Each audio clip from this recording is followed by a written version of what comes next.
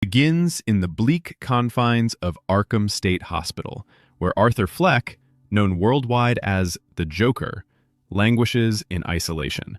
His once robust frame has withered to skin and bones, a testament to the harsh conditions and poor nutrition he endures while awaiting his murder trial. The incident that landed him here was no ordinary crime. Arthur had killed 5 people on live television, transforming him from a failed comedian into a notorious cultural icon.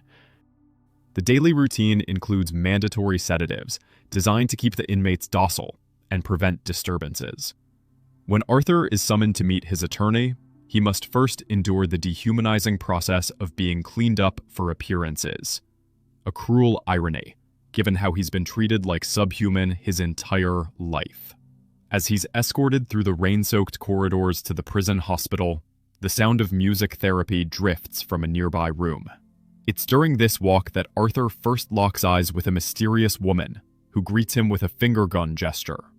This is Harley Quinzel, though Arthur doesn't yet know her name or significance. Arthur's defense attorney, Mary Ann Stewart, believes firmly in his innocence, attributing his actions to severe psychological trauma and possible dissociative identity disorder. Stewart arranges media interviews, partly to gauge public opinion and partly to continue monitoring Arthur's mental state. She brings reporters to the prison, promising Arthur that cooperation will help his case. Though Arthur despises journalists and finds their questions triggering, he complies, hoping it will aid his eventual release. The interviews prove painful, as reporters dig into his traumatic past, forcing Arthur to relive experiences that shaped his fractured psyche. Their questions about his childhood abuse and his mother's death visibly agitate him, though he maintains enough composure to answer truthfully.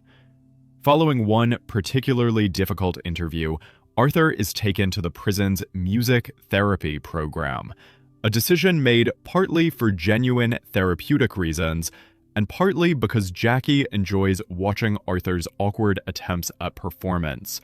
It's here that Arthur formally meets Harley Quinzel, the woman who had gestured at him earlier. During a break in the session, they begin sharing their stories.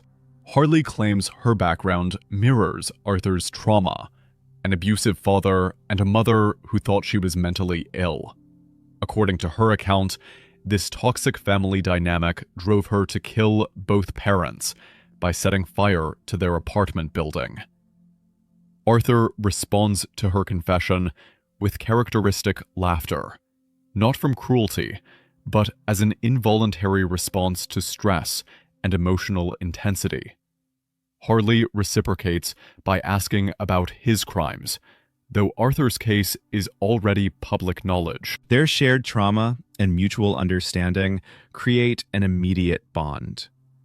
They begin meeting regularly, developing from tentative friendship into deep emotional connection. Harley eventually suggests they escape together, but Arthur refuses, fearing they would be shot by the guards.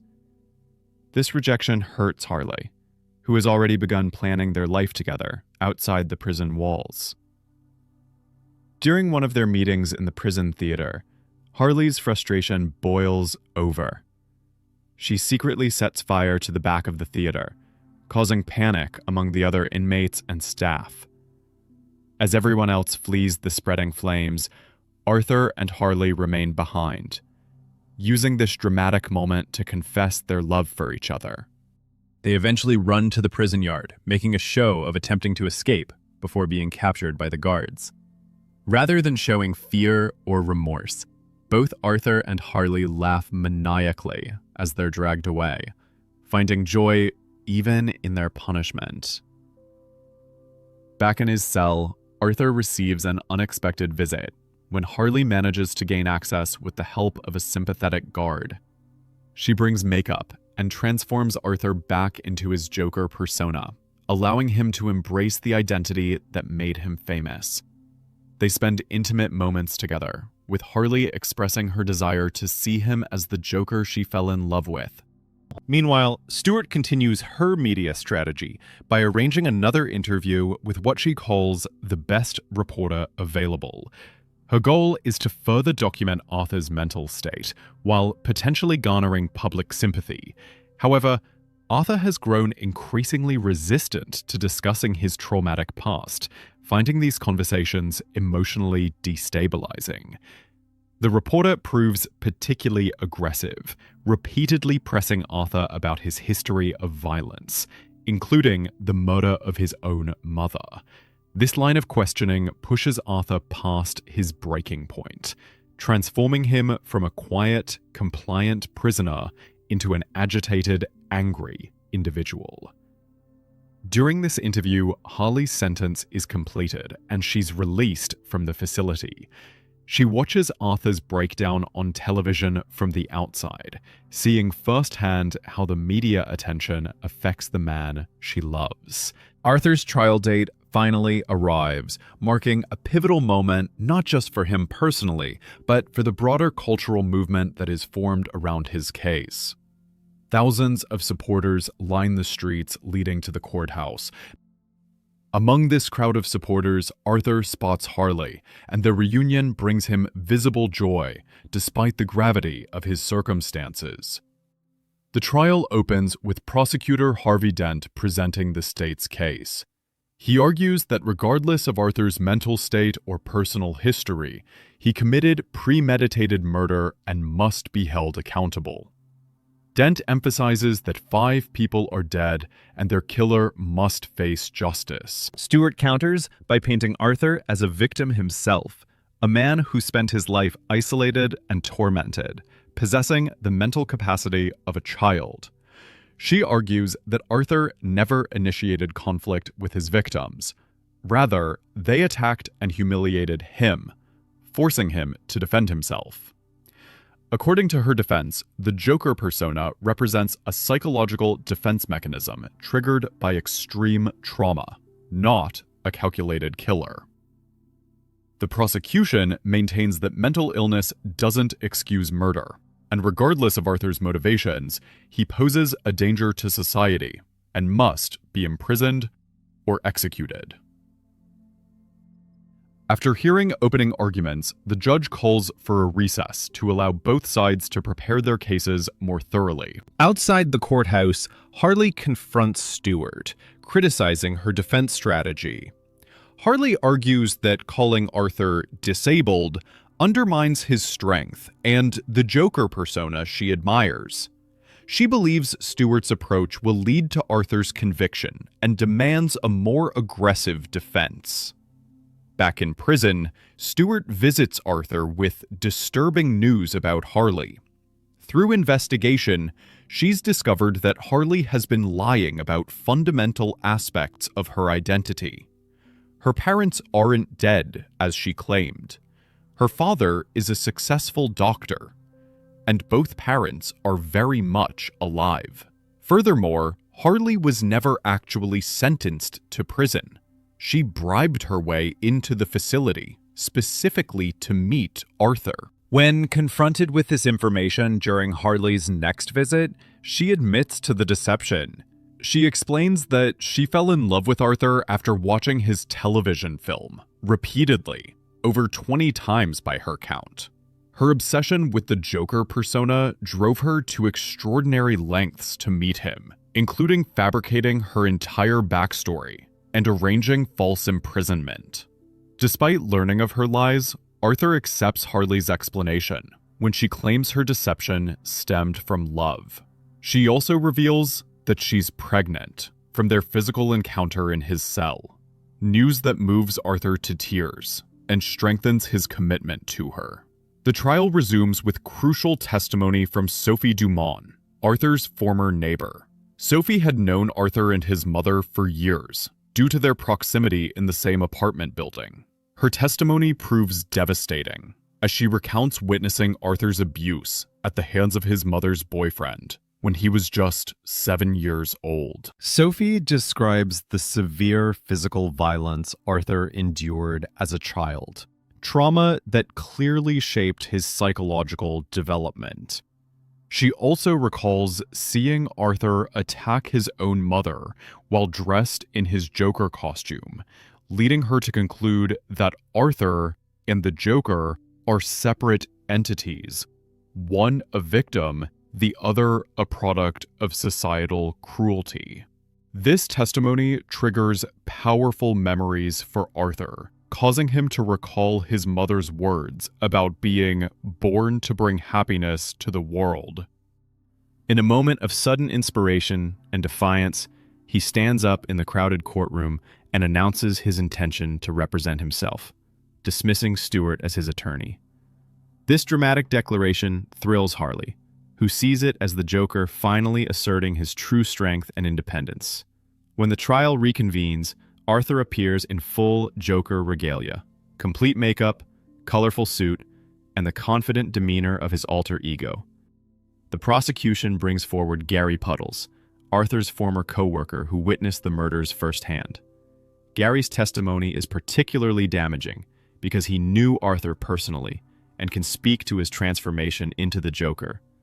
He describes watching Arthur kill their colleague Randall on the subway, providing vivid details about the violence he witnessed. When Arthur asks Gary to specify who he saw committing the murders, Gary maintains that while Arthur's body performed the acts, it was the Joker persona in control, supporting the defense theory of dissociation, but also confirming that Arthur was physically present during the crimes. Arthur then turns the courtroom into a platform for broader social criticism, attacking the police, the justice system, and society's treatment of outcasts like himself. He argues that law enforcement failed to arrive in time to prevent the original incident that triggered his violent response. This outburst angers the court officials and leads to another postponement, but it also results in severe consequences for Arthur. Upon returning to prison, the guards brutally beat him as punishment for his courtroom defiance, leaving him battered and weakened. 2 days later, the trial resumes for what everyone expects to be the final session. Harley arrives dressed as a female Joker, confident that this will be the day of Arthur's acquittal and release. The courtroom is packed with supporters and detractors alike, all waiting for the jury's verdict. However, Arthur has reached his breaking point. The beatings, the psychological pressure, and the weight of his crimes have finally broken his spirit. In a moment that shocks everyone present, he abandons his Joker persona entirely and confesses his guilt. He admits to wrongdoing, expresses shame for his actions, and acknowledges that he deserves punishment. This confession devastates Harley, who feels betrayed by what she sees as Arthur's cowardice. She had fallen in love with the fearless, defiant Joker, not the broken man now sitting before the court. In her anger and disappointment, she storms out of the courtroom with other disillusioned supporters. With Arthur's confession on record, the judge prepares to proceed with sentencing. Arthur returns to his normal appearance, removing the Joker makeup and costume. But then, inexplicably, he begins laughing. Suddenly, a massive explosion rocks the courthouse, destroying much of the building and killing several people while injuring many others. Arthur manages to escape the destroyed courthouse and encounters one of his supporters, also dressed as a Joker, who recognizes him and attempts to help him flee. This supporter loads Arthur into a vehicle, intending to drive him to safety. However, when their car becomes trapped in traffic, Arthur impulsively abandons the rescue attempt. He exits the vehicle and runs through the city streets, eventually reaching the long stone staircase where he first encountered Harley. Harley is waiting there, and Arthur approaches her with desperate hope. He suggests they escape together to build a new life far from the destruction and chaos, claiming ignorance about how the courthouse explosion occurred. He envisions them creating their own world together, away from society's judgment and persecution. But Harley's response crushes any remaining hope Arthur had for happiness. She tells him that she cannot love the man standing before her, the one who gave up and confessed his crimes. She had fallen in love with the Joker, a fearless figure who fought against the world, not the coward who surrendered in court. Despite being pregnant with Arthur's child, Harley declares that she refuses to allow her baby to have such a weak father. She cannot respect someone who abandoned his convictions when faced with consequences. With these devastating words, she walks away from Arthur forever, leaving him completely shattered and alone.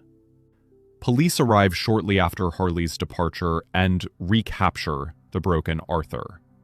A young inmate approaches Arthur under the pretense of sharing a joke, a moment of levity in their harsh environment. However, this proves to be a deadly deception. The inmate suddenly produces a sharp weapon and stabs Arthur multiple times in a brutal, unprovoked attack. Arthur collapses, bleeding profusely from his wounds. As Arthur lies dying, his mind drifts to thoughts of Harley and the love that briefly made his cruel life bearable. If you enjoyed watching this recap, don't forget to like and subscribe to the channel for more such videos.